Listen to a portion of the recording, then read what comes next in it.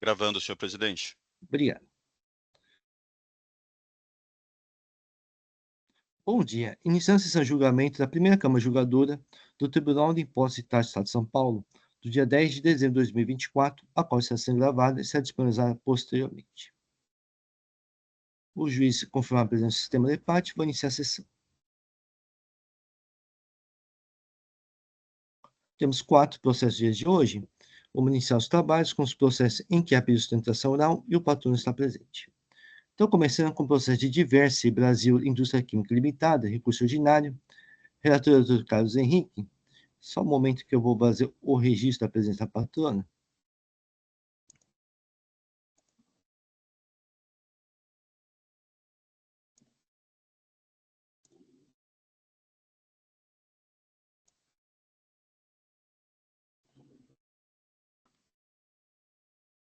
Muito bem, Dr. Carlos nos apresenta os autos.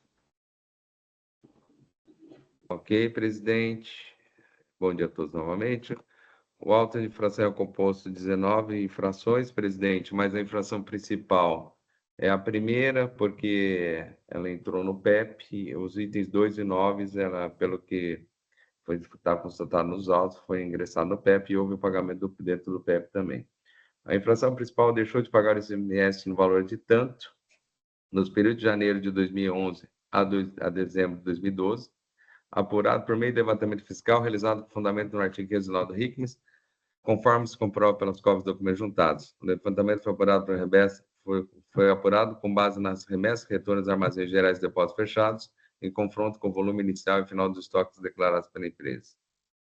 Os demais itens eu vou deixar, conforme eu já mencionei, conformado com a atuação, a empresa corrente apresentou defesa de folhas 110.524 a 110.505, do qual ela aduziu alguns pontos em síntese. A autoridade fiscal se manifestou em folhas 12.120.735 a 60.744, rebatendo as informações e requerendo a manutenção na íntegra do auto de infração. A autoridade julgadora de primeira instância apontou o vício de representação da recorrente, sanado com a apresentação de instrumento de procuração correta. Decisão de primeira instância julgou improcedente o item 1, e mantendo, e os itens 1 a 19 da auto-exploração, que foram objeto do Programa Especial de Parcelamento do ICMS, PEP, tendo sido interposto recurso de ofício pela própria Fazenda Pública. A representação fiscal, no parecer tal, remeteu ao processo do gabinete da RT3 em colaboração que verificasse a legitimidade da adesão PEP, se ocorreu o recolhimento, e esse se satisfazia integralmente os itens 2 a 19 da auto-exploração, reiterado no parecer, de folha 120.775 a 120.776. A Delegacia Regional Tributária se manifestou, certificando o pagamento dos itens 2 a 19 em parcela única. Também a empresa recorrente apresentou suas contras-razões de recurso de ofício, reiterando todas as alegações e fundamentos de fato de direitos expostos de defesa, requerendo não provimento de recurso de ofício. A 16ª Câmara Julgadora anulou a decisão de primeira instância, determinando o retorno dos autos para a primeira instância que fosse proferida a nova decisão. A Delegacia Tributária de Julgamento de Bauru preferiu nova decisão, julgando procedente o item 1. A recorrente inconformada apresentou recurso ordinário para esse ingresso do Tribunal de Impostos e Taxas de folhas tais, representando os argumentos da defesa e reapresentando o referido recurso ordinário de folhas tais. A representação fiscal apresentou o parecer de folhas tais, apresentou suas contratações e o relatório de atuações fiscais de folhas tais, propugnando pelo não provimento do recurso ordinário.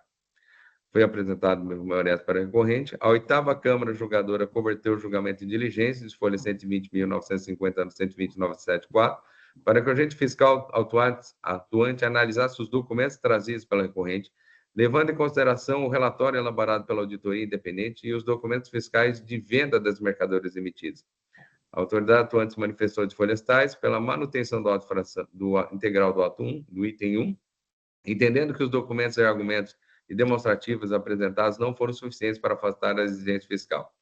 A representação fiscal de folhas tais se manifestou pelo cumprimento de diligência, reiterando as contrarrazões ao recurso ordinário já apresentado às folhas 120.920 seguintes. A recorrente se manifestou alegando que o parecer de diligência não cumpriu a determinação da colenda da 8ª Câmara Julgadora deste ingresso do Tribunal de Impostos e Taxas de modo que deveria ser desconsiderado ou declarado nulo para que nova diligência fiscal fosse realizada, reiterando o pedido de improcedência do auto de infração. Recebidos os autos, mesmo concluídos. Este é o relatório, presidente. Agradeço ao doutor Carlos Henrique. Doutora Juliana, fique à vontade para realizar a sustentação oral.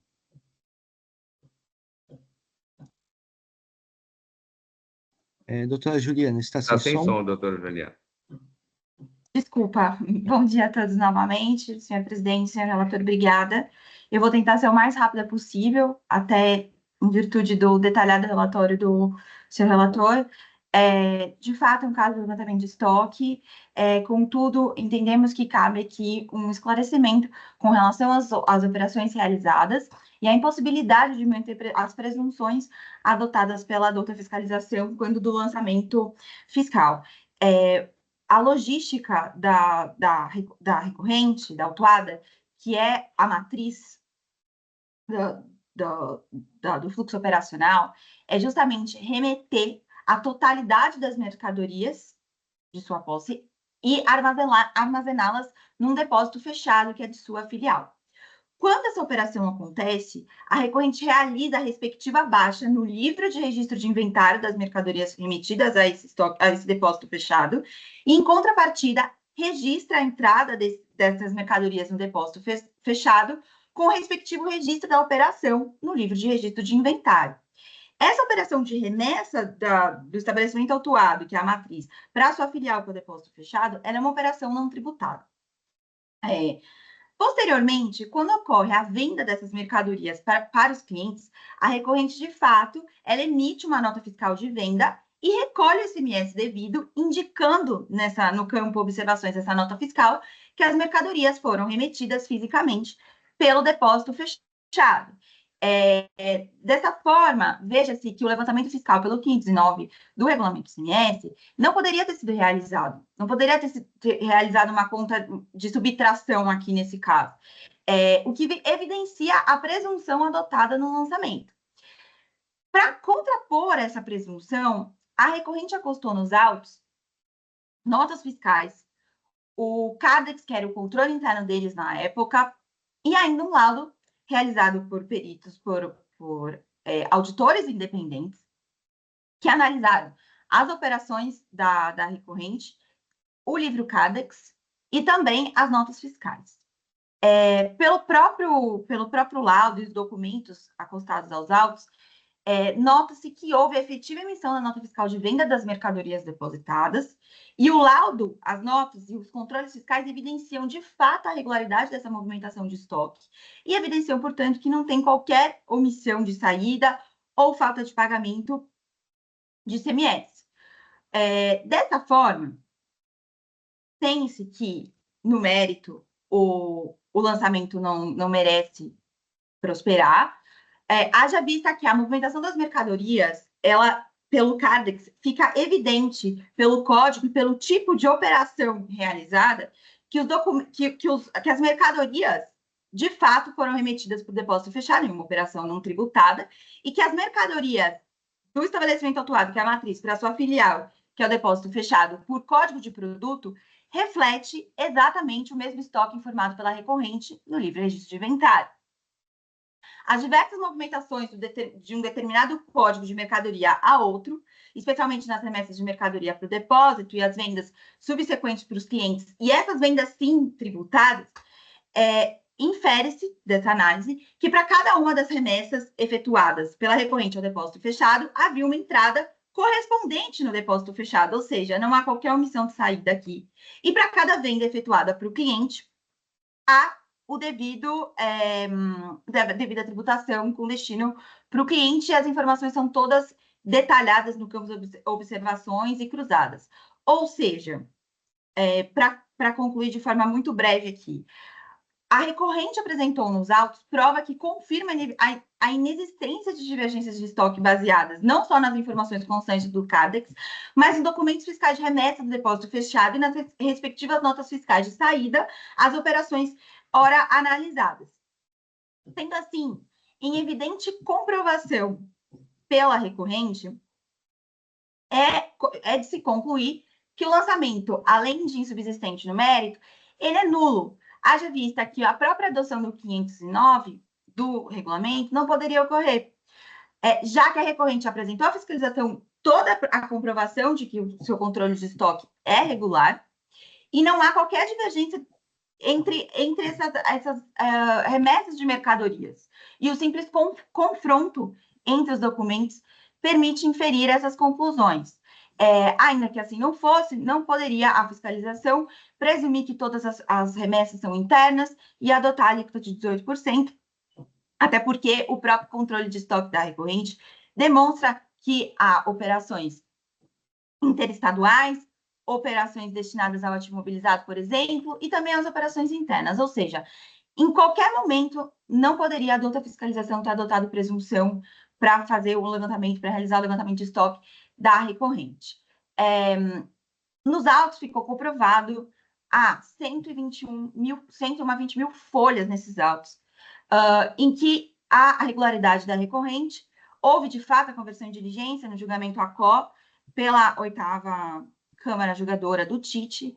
Contudo, ainda assim, a recorrente entende que a diligência cameral não foi atendida.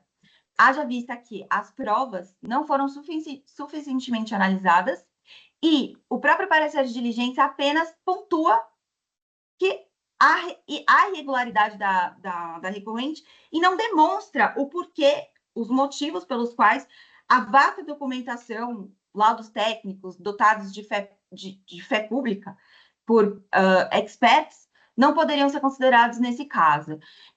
Dessa forma, ainda que se considere o lançamento procedente, que se afaste a nulidade do lançamento, a própria decisão ACO e a diligência cameral não deveriam ser consideradas nesse caso e o mérito deveria ser declarado insubsistente. Eu fico à disposição para eventuais esclarecimentos que se façam necessários e muito obrigada. Agradeço, doutora Juliana. Doutor Rafael, conseguiu entrar na sessão? Sim, senhor presidente. Peço desculpa a todos os presentes aqui pela minha demora, que tive umas questões a resolver, mas eu consegui chegar aqui. Agradeço a atenção, a compreensão de todos. Obrigado, ficamos todos muito felizes com a sua presença. Doutor Carlos? Obrigado, presidente. Obrigado, doutor Juliana. A 8ª Câmara de Julgamento converteu o julgamento de diligências, folha 120.950 a 120.974, para que o agente fiscal atuante analisasse os documentos trazidos pela recorrente, levando em consideração o relatório elaborado pela auditoria independente, demonstrando a regularidade das movimentações de estoque por código de produto e os documentos fiscais de venda das mercadorias emitidos, DOC 4 da Defesa.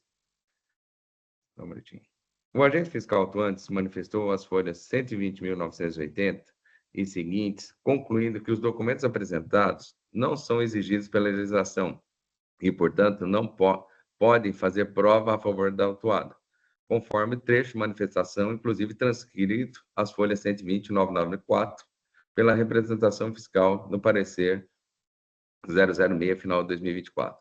Neste contexto, observe que assiste razão à recorrente ao afirmar as folhas 121.005 a 121.006, que, embora acolhendo a 8ª Câmara Julgadora de Segredo Tribunal tenha determinada manifestação da autoridade atuante acerca de tais documentos, não há no parecer da diligência, folhas tais, qualquer análise realizada como devida cautela do relatório elaborado por auditoria independente e os documentos fiscais de venda das mercadorias emitidas pelo autuado, o que leva a concluir que a diligência foi descumprida pela douta fiscalização. De fato, não houve a apresentação de uma análise detalhada que pudesse auxiliar esta colenda Câmara Julgadora a embasar seu convencimento jurídico quanto ao tema, já que o parecer de diligência apenas menciona, de forma genérica, que os documentos apresentados pela requerente não foram suficientes para afastar a exigência fiscal. Por conseguinte, novamente, converte o julgamento de diligência para que o agente fiscal atuante analise detalhadamente os documentos trazidos pela recorrente, DOC 4 de Defesa, levando em consideração o relatório elaborado pela auditoria independente e os documentos fiscais de venda das mercadorias emitidas pela recorrente, após vista a recorrente DRF para a manifestação e, por fim, retorne os autos para julgamento. É assim como eu voto, presidente. Agradeço, doutor Carlos. Pedia para fazer registro do seu voto. Ok, presidente. Só um momento. Eu vou fazer uma divergência, com todo respeito, doutor Carlos. Eu vou divergir contra a divergência proposta, Eu também vou converter a diligência, mas em outro sentido. Então, eu pediria para o doutor Carlos fazer o registro do voto para eu poder redigir minha preferência. Já está registrado, presidente. Ok, obrigado. Só um momento que eu vou redigir minha preferência.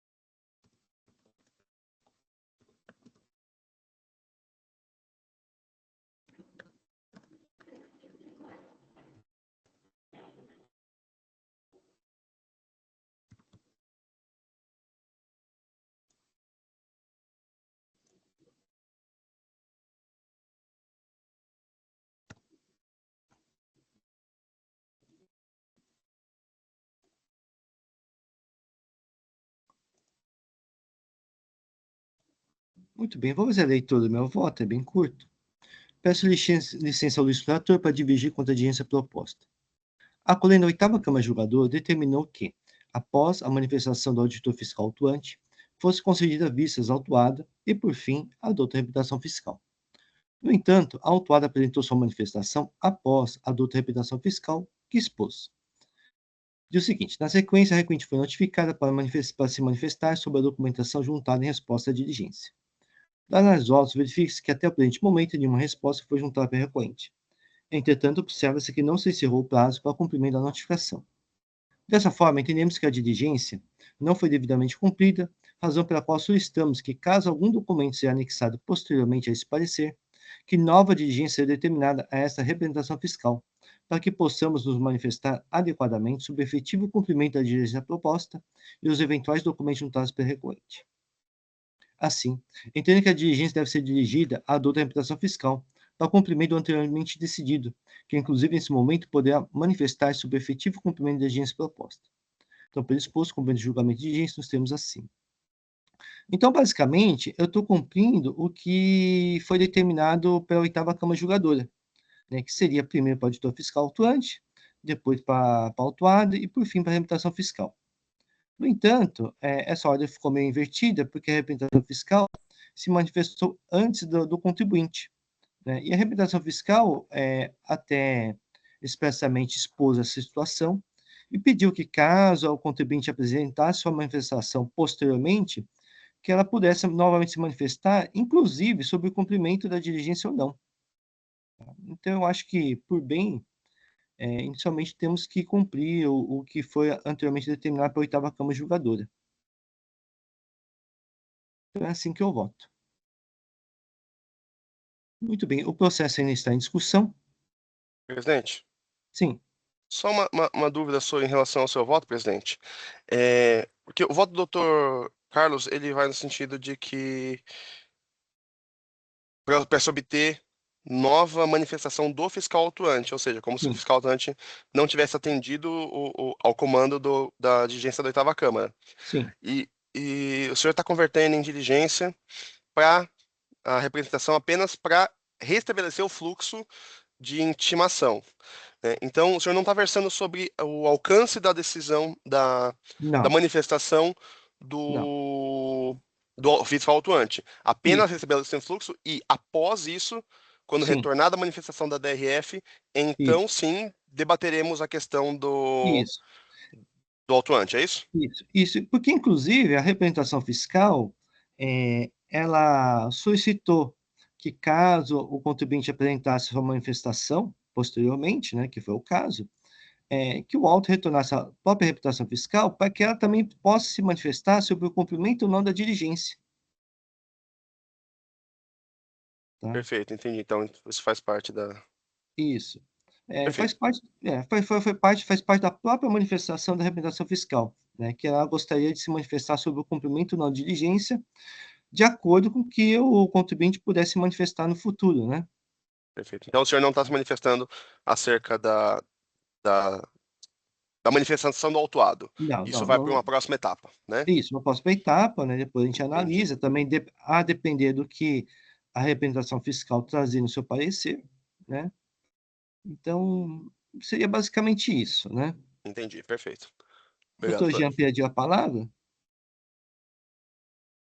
Só para dar uma contribuição, eu acho que se seguir com o voto do relator, a diligência vai acabar voltando para a representação fiscal em virtude do próprio fluxo, né?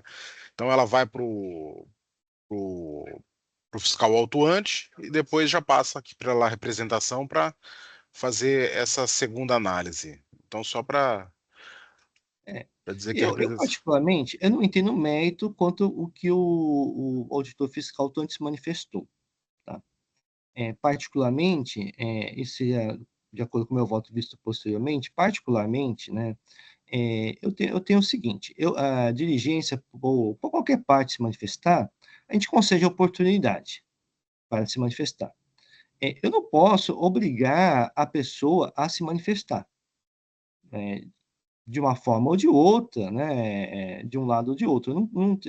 O que eu posso fazer é conceder uma oportunidade de qualquer parte, o auditor fiscal autônomo de se manifestar. Se ele vai se manifestar de acordo com o pensamento de cada um, ou não vai se manifestar, isso eu não tenho controle, né? Então, eu acho que diligência, no máximo, a gente concede oportunidade para a manifestação, né? Essa é uma opinião. Se não vier a manifestação, então eu julgaria, né? Esse é o meu posicionamento, tá?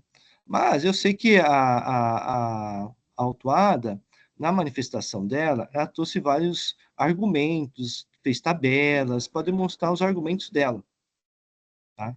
Então, eu achei interessante passar pela imputação fiscal justamente para apreciar primeiro esses argumentos da autuada, que seria o fluxo natural, né? A manifestação da autuada não acho que foi umas 10 laudas, é bem, digamos assim, é, é bem detalhado, digamos assim, né?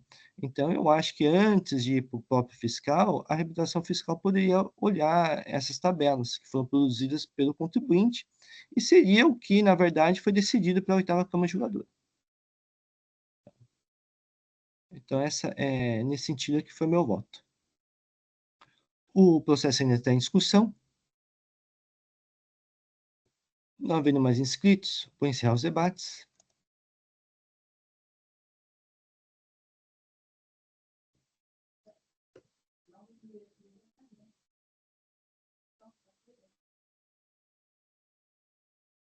Vou verificar o quórum de presença.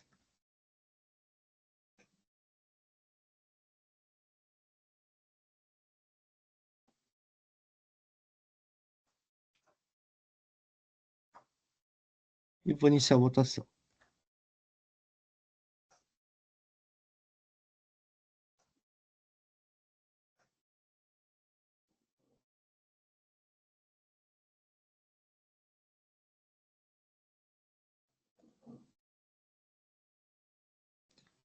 Muito bem, encerrada a votação decidida, prevaleceu meu voto. Então, doutora Juliana, a diligência vai ser para representação fiscal, né, para restabelecer o fluxo, e o processo voltar para julgamento oportunamente. Agradeço, presidente, doutora Juliana. Obrigada, senhor presidente. Obrigada a todos, senhor relator. Bom dia, boa sessão. Peço licença para sair. Obrigada. Obrigado, bom dia.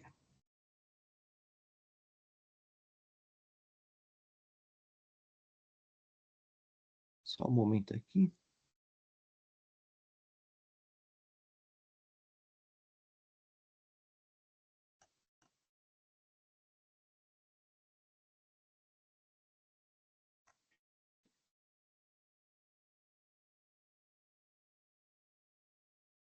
Passa processo de Boticário Produtos de Beleza Limitada, é um recurso misto de minha relatoria.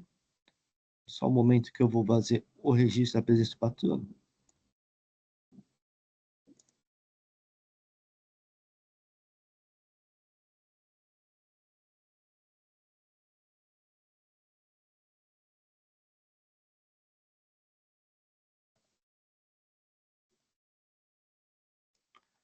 Muito bem, tá, recurso ordinário e recurso de ofício.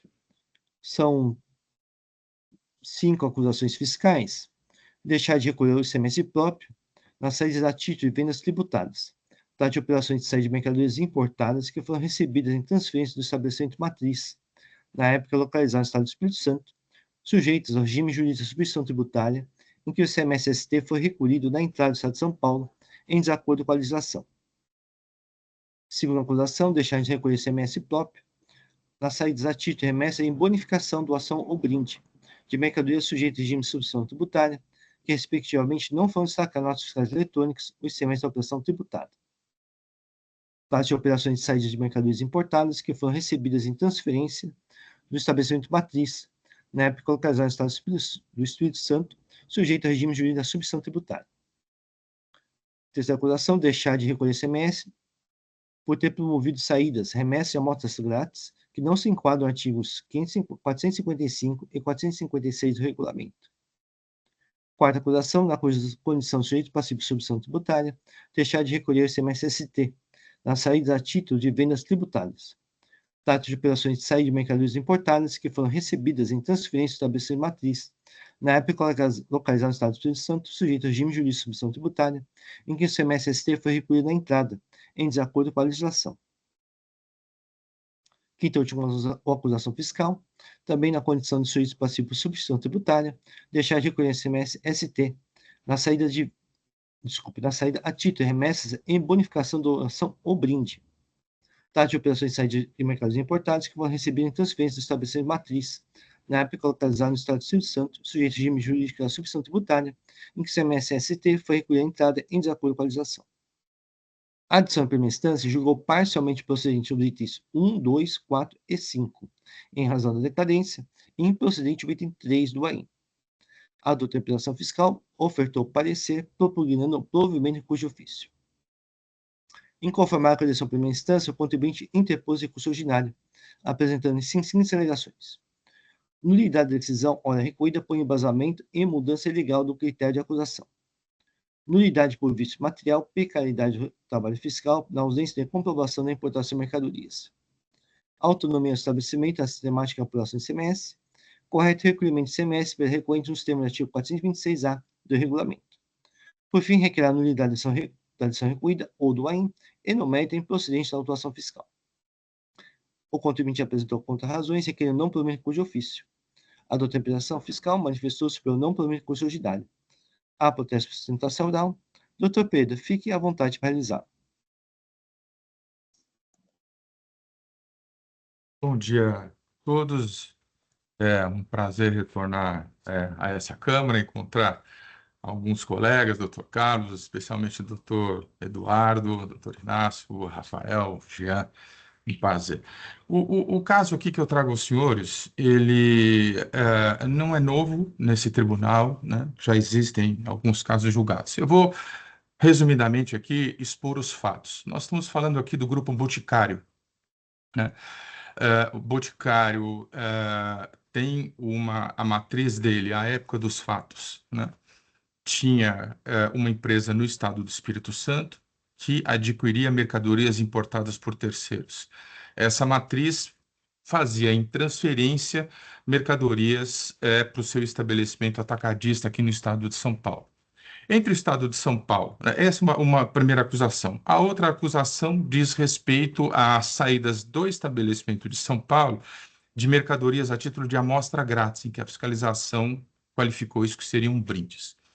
Qual o pano de fundo dessa discussão e relativamente ao cenário fático que nós temos aqui?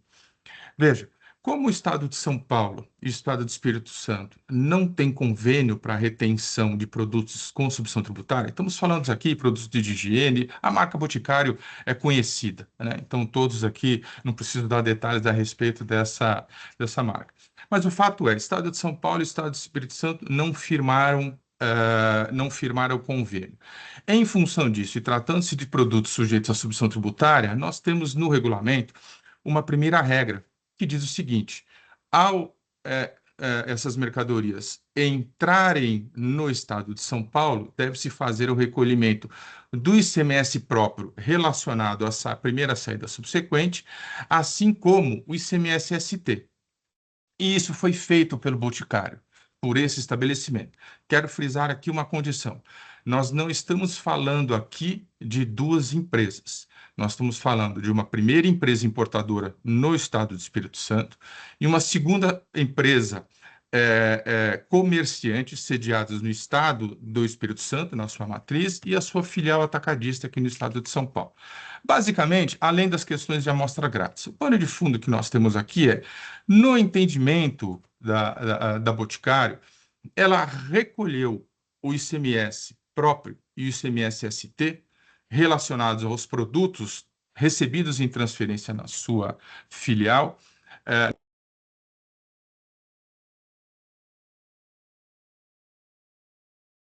Perdão, eu apertei algum botão aqui, me desculpe, né?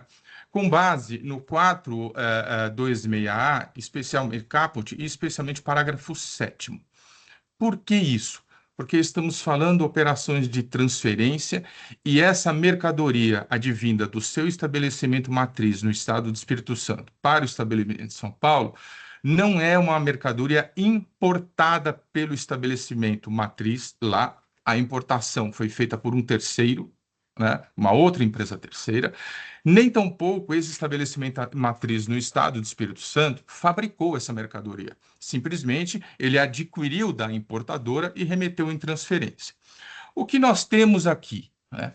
Então, portanto, um entendimento de qual regra eu preciso aplicar. Eu tenho que recolher esse ICMS na entrada da mercadoria no estabelecimento de São Paulo, ICMS próprio e ICMS-ST, ou temos que recolher o ICMS próprio e ICMS-ST nos termos do que sustentado pela fiscalização na primeira saída subsequente, pelo fato de termos uma empresa atacadista e, segundo o entendimento da fiscalização, ser empresas do mesmo grupo.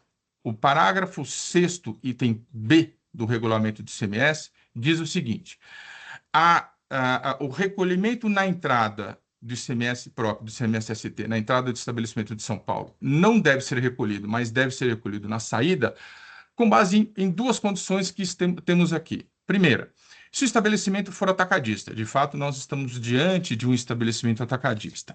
Segunda condição, se o estabelecimento atacadista for, de fato, do mesmo titular. E aqui é que tem a controvérsia nesse dispositivo. Por quê? Porque tanto a fiscalização quanto a manifestação fiscal, que tenta sustentar a manutenção do auto, dizem que a interpretação a ser dada a essa a linha B do parágrafo 6º do 426A, quando fala estabelecimento do mesmo titular, entenda-se, estabelecimento de uma empresa que pertence ao mesmo grupo econômico. E aqui há um problema de técnica interpretativa. Por quê, senhores? Porque, na realidade, quando nós estamos lendo a linha B do parágrafo 6º, a amplitude dessa interpretação ela se dá pelo caput do 426A. E o 426A diz o seguinte: na entrada no território deste Estado de mercadoria procedente de outra federação, o contribuinte paulista. Então, portanto, o contexto que está sendo discutido aqui é na entrada de mercadoria do mesmo contribuinte, se não tiver as condições do parágrafo 6º, recolhe na entrada. Se tiver nas condições do parágrafo 6º, particularmente o item B, tem que recolher na saída subsequente. Há um problema aqui, evidentemente, de incorreção interpretativa, quer da fiscalização, com todo respeito, quer da manifestação da representação fiscal. Por quê? Porque eles estão sustentando que isso a empresa importadora e a matriz no Espírito Santo, e obviamente a sua filial aqui, pertencem ao mesmo grupo do Boticário. E obviamente a gente não está negando isso. A questão é dar essa amplitude ao 426A, quanto o 426A diz claramente, é o contribuinte paulista. Então, portanto, nós estamos falando que essa matriz no estado do Espírito Santo e seu estabelecimento atacadista aqui devem pertencer a um único titular, a uma única pessoa jurídica, no caso. Por quê? Porque o 426A diz contribuinte, e contribuinte, nos termos do artigo 9º do regulamento, é a pessoa física ou jurídica que pratique com atualidade a redação, o senhor sabe muito bem. Não se fala em grupo econômico aqui. Então, essa interpretação que está sendo sustentada pela fiscalização me parece absolutamente equivocada. E isso é um ponto importante. Por quê? Porque a própria delegacia, veja, nós temos 2 autos de infração. Hoje está sendo julgado o segundo auto de infração lavrado pela fiscalização do Estado de São Paulo. O outro auto de infração, que é o 5035-210, ele foi julgado pela unidade de julgamento de Taubaté. Já foi julgado. E foi integralmente cancelado. Exatamente confirmando o nosso entendimento de que essa interpretação de que é um estabelecimento pertencente ao mesmo titular, entenda-se titular no seguinte de grupo econômico, não existe previsão legal. A própria unidade de julgamento, a Delegacia de Julgamento de Taubaté, confirmou o nosso argumento e cancelou integralmente o primeiro auto de infração. Esse segundo auto de infração aqui, veja, lavrado pelo mesmo fiscal. O mesmo fiscal que lavrou o primeiro e o lavrou é o doutor Irineu, com todo respeito ao seu trabalho, me parece uma interpretação equivocada, assim como da representação fiscal. Não existe base legal para isso. Não apenas isso. São várias as consultas tributárias da consultoria tributária dizendo claramente, analisando qual a interpretação que deve ser dada ao 426A, e é uma manifestação absolutamente unânime da consultoria tributária, que quando diz o parágrafo 6º, estabelecimento do mesmo titular, é da mesma pessoa jurídica. Não existe a possibilidade de considerar o fato desse estabelecimento do mesmo titular dizer respeito a empresas do mesmo grupo. Então, portanto, o fundamento principal que nós temos aqui, que eu trago aos senhores, é a improcedência desse auto de infração no que diz respeito à exigência do ICMS próprio e do ICMS-ST na saída subsequente. Porque o fundamento adotado pela Boticário é o parágrafo 7º do 426A. Lembrando que o 426A diz o seguinte: se não houver convênio entre os estados, recolhe na entrada. Exceção, não recolhe entrada, recolhe na saída, se eventualmente for um estabelecimento varejista e atendendo às condições da letra B, que diz que estabelecimento atacadista e a mercadoria tiver sido fabricada, importada ou arrematada por estabelecimento do mesmo titular. É a parte final da letra B. Nós não temos, nem tampouco se trata de uma mercadoria importada pelo estabelecimento matriz, e sim por um terceiro, então esse próprio, nem tampouco foi fabricada, porque simplesmente ele adquiriu e remeteu em transferência, e o estabelecimento do mesmo titular, sim, nós estamos falando de matriz e filial, matriz no Espírito Santo, filial no estado de São Paulo, pertencente sim ao mesmo grupo boticário, mas a condição de mesmo grupo do boticário não está previsto no parágrafo 6º, cuja limitação é o caput, é o contribuinte paulista. E chama a atenção dos senhores um ponto. Se nós analisarmos quer a Lei 6374, quer o regulamento, o legislador legal e o legislador regulamentar, ele sabe da existência de grupos. Por quê? Porque quando nós vamos ver o capítulo dos regimes especiais, lá diz que os regimes especiais poderão ser concedidos para o grupo econômico ou grupo de empresas que apresentar determinadas condições XYZ. Então, portanto, o legislador, quando quer se referir a grupos econômicos, a grupos, no sentido típico da lei das SAs, ele diz expressamente, está lá no capítulo dos regimes especiais. Aqui não. Não cabe, evidentemente, essa interpretação elastecida, ampliada, dada pela fiscalização. Não cabe, absolutamente não cabe, né? A legislação aqui aplicou literalmente, né, o regulamento que lhe conferia. Então, esse é o fundamento base.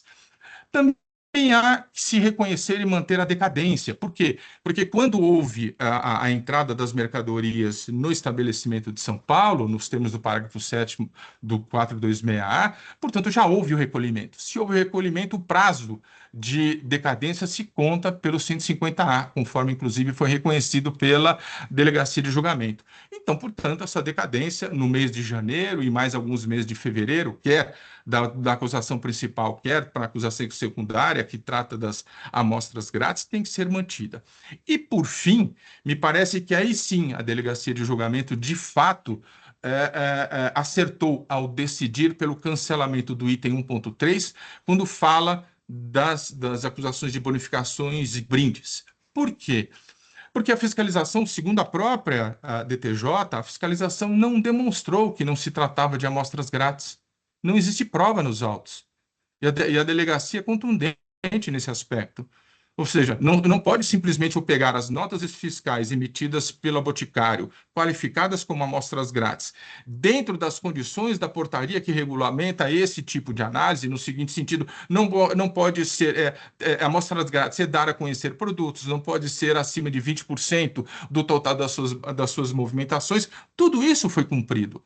E a fiscalização não desqualificou esses fatos. Simplesmente ela trouxe uma argumentação de que, olha, isso não é amostra grátis, isso é brinde, então, portanto, o brinde deveria ter sido recolhido o ICMS próprio, o ICMS-ST. Me parece aqui, evidentemente, a fiscalização se enganou e a DTJ andou bem ao julgar a improcedência.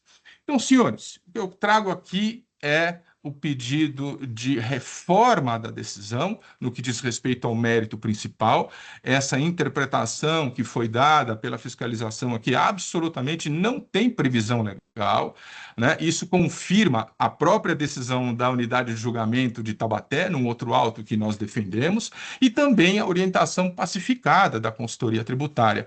Essa interpretação ampla, né, de que estamos diante do mesmo grupo econômico, então, portanto, esses estabelecimentos deveriam cumprir a regra do parágrafo 6º, não se aplica aqui. Com todo o respeito que eu tenho ao trabalho da fiscalização, ao trabalho da representação fiscal, que pleiteia pela manutenção do auto, não me parece isso seja possível, né, essa interpretação. Não existe base legal, porque o que norteia essa regra aqui é o caput. Não há que se dar autonomia ao parágrafo 6º, letra B, do mesmo 426A, a acolher ali todas as empresas e estabelecimentos do mesmo grupo econômico. Não existe essa previsão legal. Então, portanto, o que se espera aqui, agradecendo a atenção dos senhores, a minha manifestação, fico aqui para qualquer outro tipo de esclarecimento, né, o improvimento do auto de infração, a manutenção da parte que foi cancelado na delegacia de julgamento e a reforma da parte que não foi cancelada nos termos do que já aconteceu no outro auto de infração que nós estamos defendendo. Muitíssimo obrigado pela atenção dos senhores. Agradeço ao Dr. Pedro. A exposição do Dr. Pedro, como sempre, bem clarificou o mérito da acusação fiscal. No entanto, foram apresentadas algumas razões preliminares no recurso ordinário, então eu vou à leitura do meu voto. Autuado se insurge contra acusações dos itens 1, 2, 4 e 5 do AIM se referirem à série de mercadorias importadas, e segundo a recorrente, não se trataria de mercadorias importadas. O auditor fiscal autuante expõe em sua manifestação: quanto à alegação de que os produtos não são importados, de nada muda a inflação. Diz ainda: não há nenhuma presunção comprovadamente a empresa importa mercadorias através de suas coligadas pertencentes ao mesmo controlador. Mas isso também não importa, não é fator determinante para que a empresa se enquadre na letra B, item 3 do parágrafo 6º. Assim, para as acusações fiscais, não é relevante se as mercadorias foram ou não importadas. O artigo 11 da Lei 13.457 dispõe que as incorreções ou omissões do auto de inflação não acarretam sua nulidade, podendo constar em elemento suficiente para determinar com segurança a natureza da inflação e a pessoa do infrator. Atendendo à norma acima, não vislumbro nulidade do auto de inflação, uma vez que a natureza das inflações e a pessoa do infrator estão determinadas com segurança, estando expressos e claramente descritos nos respectivos relatos, e os fatos estão bem detalhados no relatório circunstanciado de folhas 10 a 14, de modo que nitidamente compreende-se as razões do fisco para agentes fiscais, tanto que a autora bem se defendeu das acusações fiscais. No entanto, considerando que não é relevante que se as mercadorias foram ou não importadas, entendo por bem proceder à correção para excluir o termo importados do relato de inflação, dos itens 1, 2, 4 e 5 do AIN, como permitido pelo artigo 13 da Lei 13.457. Considerando que o fato possa ter causado prejuízo à defesa, tanto que o autuado se defende contra a matéria, em respeito ao contraditório nos termos do parágrafo 2º do artigo 14 da Lei 13.457, devolvo o prazo de 30 dias para que a autuada possa apresentar nova defesa ou pagamento do débito fiscal com desconto previsto, à época da lavatura da inflação, relativamente aos itens 1, 2, 4 e 5 do AIN. Em sendo apresentada nova defesa, deve ser proferida a nova decisão em primeira instância, com exceção da matéria que é objeto de recurso de ofício. A apreciação do recurso de ofício fica sobrestada para o momento em que os autos se retornarem à instância ordinária. Então, é assim que eu voto.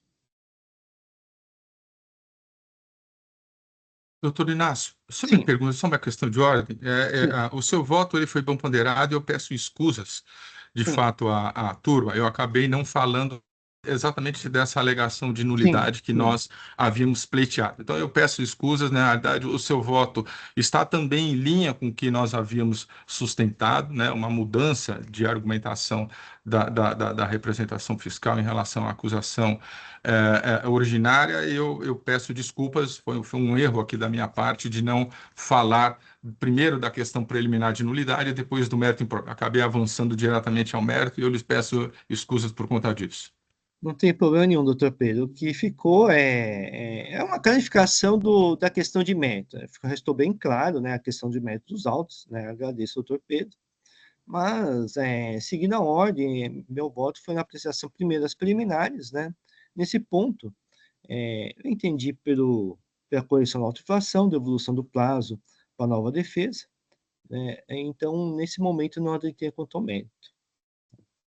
Só um momento que eu vou registro do voto.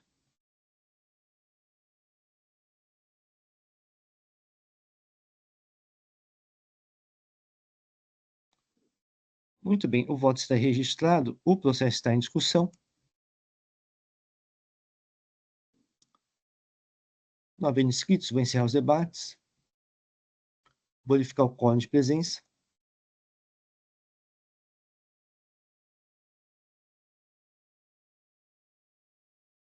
Vou iniciar a votação.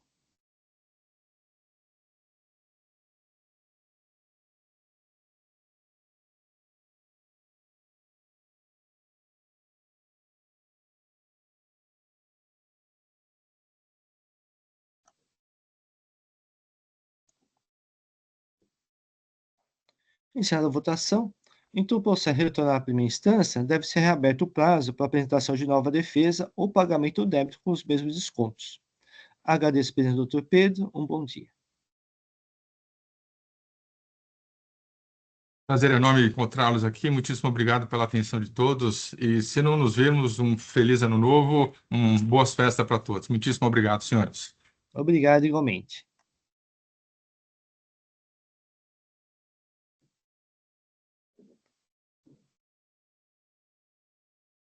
Passar por processo de fundição balancins em cujo ofício de minha relatoria não há protesto por sustentação oral.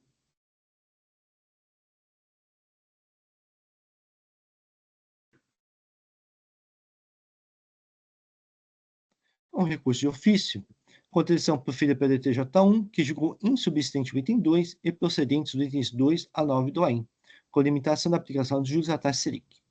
Intimado, o contribuinte não interpôs recurso ordinário e nem apresentou contra-razões no recurso de ofício. O recurso de ofício recai sobre a acusação do item 1 do AIN, deixar de pagar semestre no período de janeiro de 2012 a abril de 2012, decorrente da entrega de guias de informação por ação de semestre, com indicação do valor imposto a recolher, em importância inferiores à escritura do livro de registro de apuração de semestre, uma vez que escriturou no campo 056 da GIA valores de créditos em montantes superiores aos escriturários do livro de registro de apuração de semestre. A doutrina de imperação fiscal ofertou parecer propugnando o provimento de ofício e a limitação dos juros à taxa Selic. Passar ao voto. Em sua defesa, a autora alegou que, abre aspas, assim, duplicou em sua GIA os valores de entrada e de saída, porém, a fiscalização considerou apenas os créditos da entrada sem relevar os débitos da saída. Como exemplo da tabela abaixo. Observe-se que a diminuição do débito tributário corresponde à saída de mercadorias equivalente à redução do crédito tributário das entradas. Assim, não há que se falar em diferença indevida, pois a fiscalização utilizou o Heikkens para fixar como critério de escrituração correto para os créditos, como também deveria utilizar para a filiação dos débitos, o que implicaria na existência da diferença a recolher. Então, fazer só um adendo, na verdade, nesse caso, tanto os valores de crédito como os de débitos nas GIAs são diferentes do que estavam no Heikkens. A alegação foi que foi feita a centralização da apuração de ICMS. Então, vou continuar meu voto. Analisando as GIAs e o Heikkens, de fato, observa-se que. Então, eu fiz uma tabela aqui no meu voto, verificando, mostrando o que foi lançado a débito na GIA e no Heikkens, a diferença, o que foi lançado a crédito na GIA e no Heikkens e a diferença. Ao final, a diferença é a mesma. Então, eu digo o seguinte, deste modo, verifica-se que também os valores de débitos constantes do Heikkens são menores aos lançados nas GIAs, e o valor da diferença do saldo dos débitos lançados maior nas GIAs é exatamente o mesmo valor da diferença de créditos lançados a maior nas GIAs, de acordo com o Heikkens, que foi utilizado pelo físico como referência na comparação com as GIAs.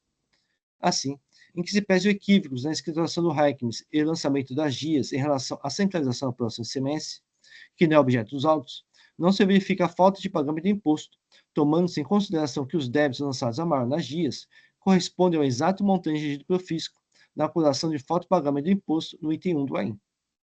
A do interpretação fiscal alega que o contribuinte não fez prova do quanto alegado. No entanto, os próprios documentos juntados pelo fisco, acima citados, corroboram o demonstrativo de folha 958 elaborado pelo autuado. Então, destaque mantém o cancelamento do item 1 do AIM. Contra a aplicação dos juros, em razão da súmula 10 revisada, deve ser mantida a limitação à taxa Selic. Então, pelo exposto, conheço e nego o provimento do recurso de ofício. Assim que eu voto.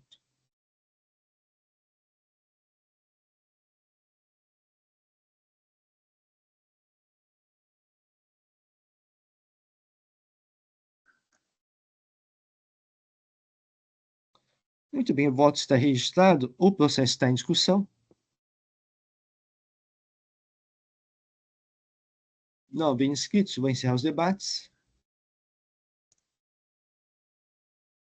Vou verificar o quórum de presença.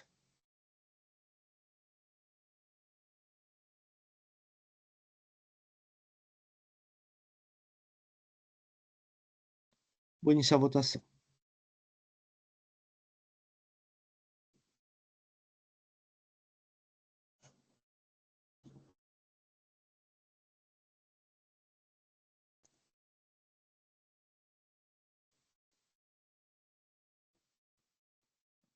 Iniciada a votação, o recurso de ofício da Cefaz foi conhecido e não provido.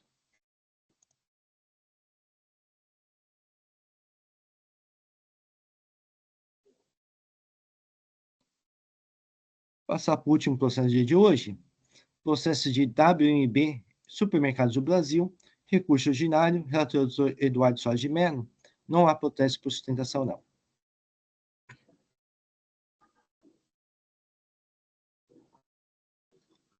Muito bem, doutor Eduardo nos apresenta os autos. Bem, eu já posso editar, presidente? Sim, já é possível. Só um segundo.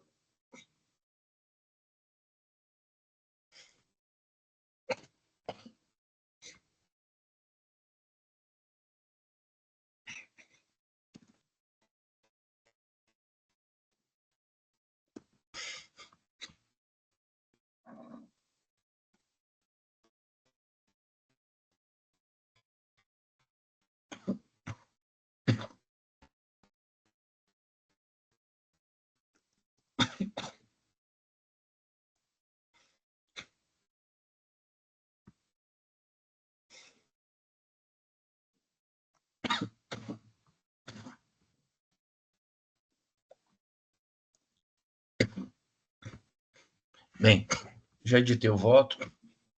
Eu vou proferir, então, meu voto a partir da transcrição que eu faço das acusações fiscais. Então, eu repito ali o que está no relatório da infração, no relato, e digo: as acusações fiscais dizem respeito, portanto, à transferência de crédito do ICMS em hipótese não permitida, através de nota fiscal eletrônica, a título de ressarcimento de CMS-ST, tendo sido efetuada sem a necessária posição do visto fiscal na nota de transferência. Em desacordo com o que determina o artigo 270.2 do RICMES e o artigo 9 da Portaria CAT 42/2018, notadamente parágrafos 4º, 5º e 6º. Então, essas acusações se referem aos itens 1 e 2 do auto. E acusação de crédito devido do CMS, através de lançamento no campo 57, outros créditos na GST, com fundamento em ressarcimento ST, sendo que não há previsão para tanto nos termos do 270 do regulamento. Esse é o item 3. Aí houve decisão desfavorável, recurso ordinário, contrarrazões. Analiso de início a argumentação de natureza preliminar da recorrente, que é a autuada. A peça recursal sustenta a nulidade do auto de infração lavrado com a assertiva de que o mesmo conteria fundamentação legal com dispositivos genéricos, ou seja, motivação vaga e imprecisa, culminando no cerceamento do direito de defesa da recorrente. Alega que, em virtude da consequente dificuldade na identificação da matéria tributável, infrações atribuídas à recorrente, em observância ao disposto no 142 do CTN, o auto estaria evado de vício insanável, o que demandaria o reconhecimento de sua nulidade. Não palmilho da pretensão da recorrente, porquanto o presente auto foi lavrado em consonância com o estatuído no artigo 142 do CTN, bem como nos lindes do artigo 34 da Lei 13.457 de 2009. Dessume das peças de defesa apresentadas pela recorrente no processo sua compreensão acerca das acusações fiscais imputadas, além do fato de que a mesma não esclarece de forma clara, como deveria, em que medida houve superficialidade ou, se preferir, imprecisão no trabalho fiscal. Considerando a constituição do crédito tributário nos moldes da legislação aplicável, além da subsunção dos dispositivos legais considerados infringidos ao caso concreto, não há que se falar em nulidade do auto. No que concerne às acusações fiscais contidas nos itens 1 e 2 do auto, sintetizo as alegações da recorrente nos seguintes termos. 1. De acordo com a Portaria CAT 42/18, a apuração e utilização dos valores devem ser realizados por meio do sistema denominado e-ressarcimento, todavia ainda não implantado. 2. Foram utilizados os procedimentos previstos no artigo 9º da Portaria CAT 17 de 99, previsão no artigo 3º, parágrafo 2º da Portaria CAT 42 de 18, na transferência de valores entre estabelecimentos substituídos e substitutos tributários da mesma empresa. Procedimento adotado enquanto o módulo conta corrente não opera integralmente, até a publicação da Portaria 102 de 2022. 3. Houve efetiva observação dos procedimentos estabelecidos pela Portaria CAT 42 de 18, até o acolhimento dos arquivos, encaminhamento eletronicamente do arquivo magnético com as operações mercantis em layouts da Cefaz. E aí vem mais explicações. 4. Houve o cumprimento das fases de acolhimento dos arquivos com código de visto eletrônico, suprindo os procedimentos previstos no artigo 9º da Portaria 17 de 99. Real comprovação da existência do valor a ser ressarcido. E 4.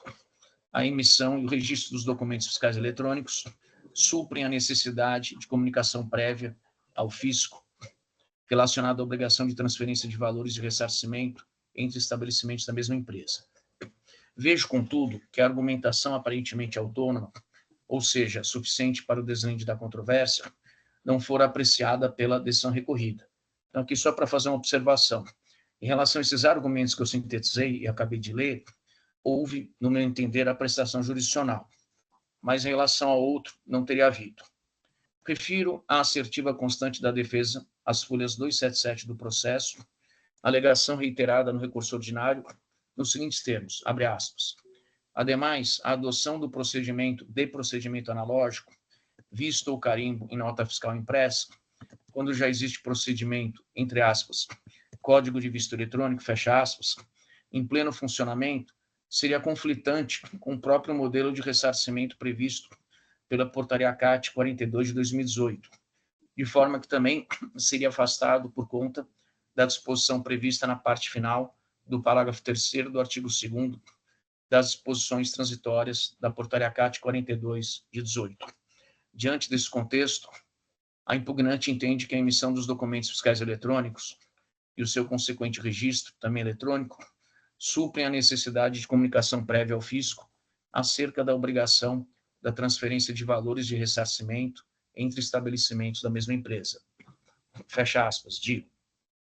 Pelo motivo acima transcrito, além de outros trazidos nas peças processuais de defesa, a recorrente afirma que o Código de Vista Eletrônico, GIA, é suficiente, até porque também estaria vinculado ao valor apurado constante no aviso DEC. Nesse sentido, tornar-se-ia descabida a exigência de aposição do visco fiscal na nota fiscal eletrônica de transferência na forma contida no relato da infração. Ocorre que a decisão recorrida, data vênia, não tece consideração sobre o aludido argumento que, no meu sentido, parece ser independente, isto é, suficiente para o afastamento das acusações fiscais, itens 1 e 2 do auto, que defendem a impreensibilidade dos vistos nas formas previstas.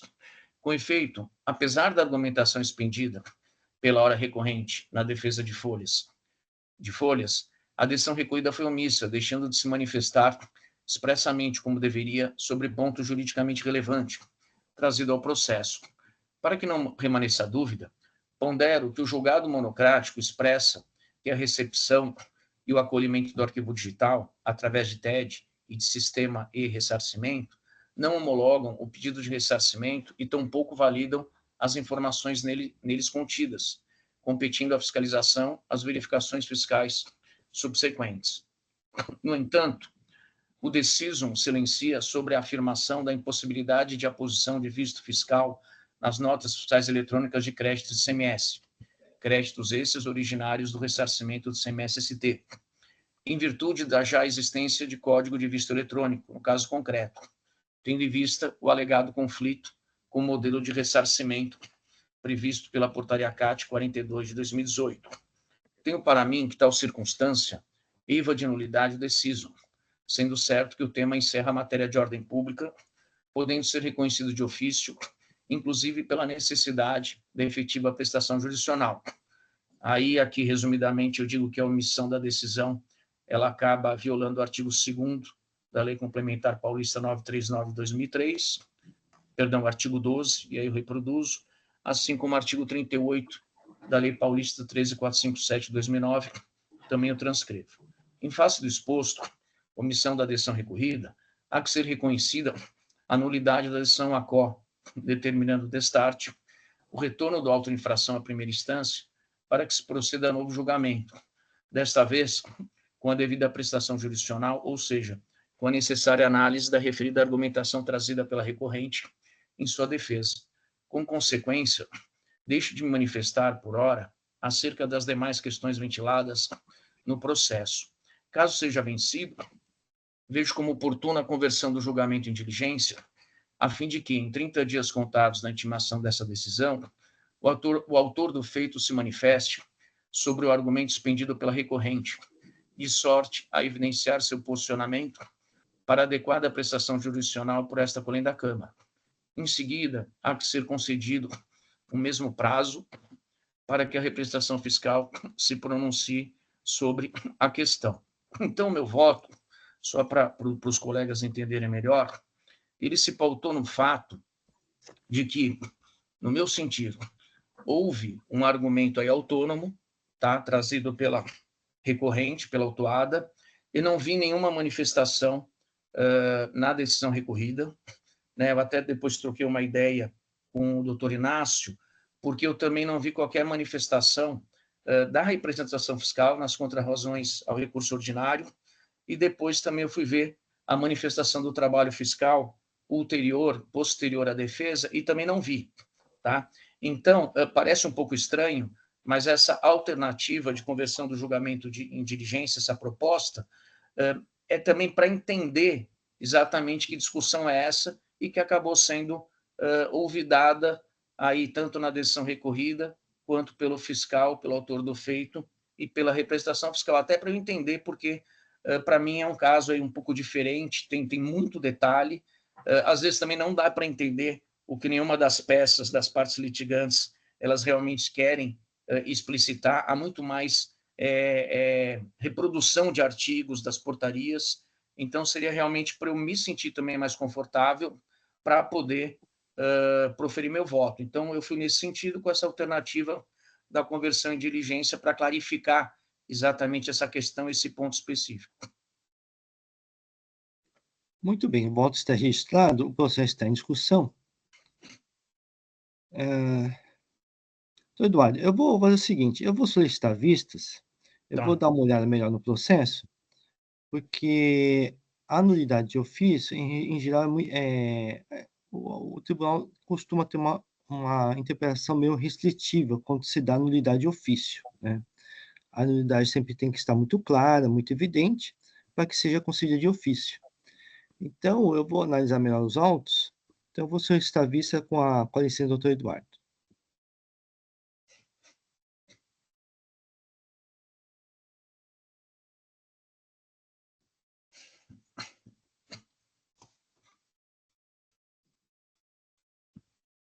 Muito bem. Vistas concedidas, o processo retorna oportunamente para julgamento.